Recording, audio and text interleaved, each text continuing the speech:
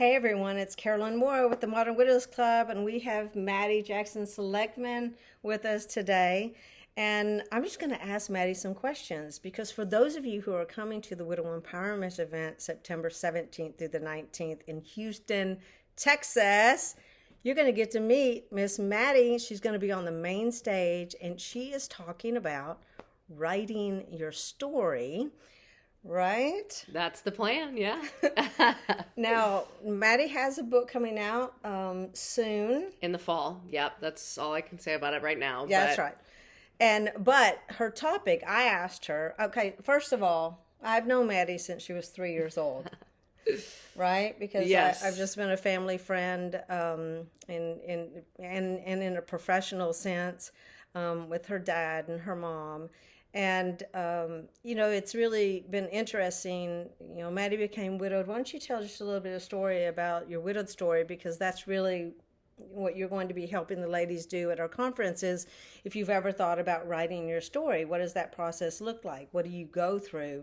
But I'll let Mattie tell you just a little bit of her story herself. Yeah. So I grew up in Nashville, which is where Carolyn worked with my parents on one of our homes here. And met my husband Ben when I was 25, so I'm 31 now, and just had this amazing, fast, passionate love story and whatever, and got married probably way too quick. But in retrospect, that's one of those things about my story that I'm so grateful for, and I think was such a kindness from God to give us that time. And so we got married in 2017. October of that year, and then he had a very freak accident. We were in Florida getting on and off a boat, and died of a brain injury September of 18. So it was basically 3 to 4 weeks before our first wedding anniversary. And I mean, not long after that, obviously, was when I reconnected with you. And is that supposed Keep going. to go? And,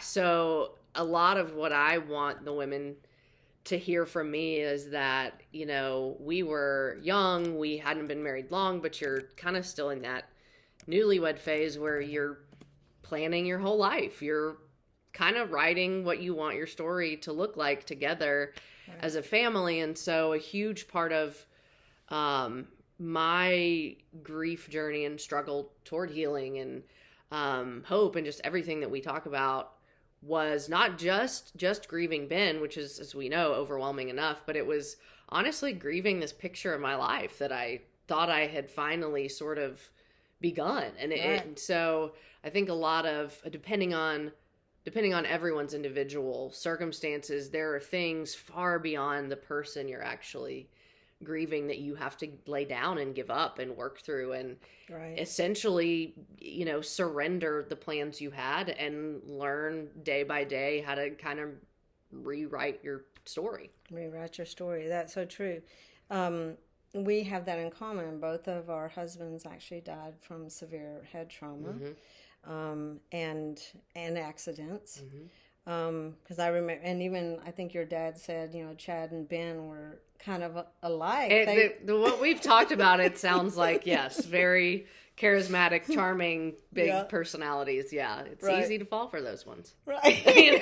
Because they have it. Yeah. Yeah, and so it's like I knew Mattie when she was little, and you grow up, and this thing happens, and I remember when this did happen, of course, everyone reached out to me, and my heart broke because I just thought, oh my gosh, I don't want anyone to ever have a story like I had. And so that pain, is so, you grieve for I was grieving for you and you didn't even know it. And eventually somehow we made the connection.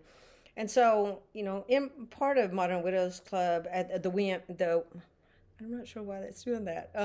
The Widow Empowerment event is really about bringing lots of speakers together in one weekend and learning from one another. And writing your book is something that a lot of women love to do. And so not only, but you actually have a degree in... my degree is creative writing. Yeah, so creative writing. That helped a lot.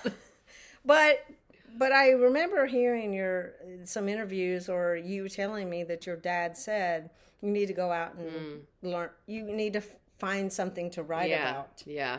No, that was I don't know why that stuck in my head so much. I think because it probably frustrated me at the time when I was 21 or whatever. Right. But no, I got a degree in creative writing. I've always loved it. And, Dad's a songwriter and Mom's written a book. So that's right. I wasn't surprised to love it, but I just had no idea what that was going to look like. Like everyone, you're coming out of college and, he said, he was like, I think you have a gift. You have to live your life and find something to write about. And the fact that for the last 10 years or so, I've really always had incorporated writing into things that I did, but I always felt like I was missing something. Like I was missing what I was supposed to be doing. Mm-hmm. And obviously this is like the book that you have sitting over there that we can't show anybody right now.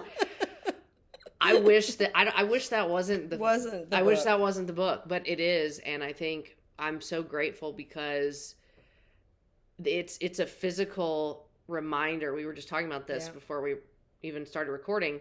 To me, the whole goal is, the book it's me asking all the hard questions that you have to ask when your story is erased and you have to rewrite it. And I just want people, and widowed women specifically, to know that like we all have to ask those same questions. We all grieve differently, but we all grieve and we walk through similar experiences, and just you feel so alone when you are widowed, especially so prematurely. And so that's part of what writing my story and sharing my story publicly meant to me. I just wanted people to see me and know that you're not the only one.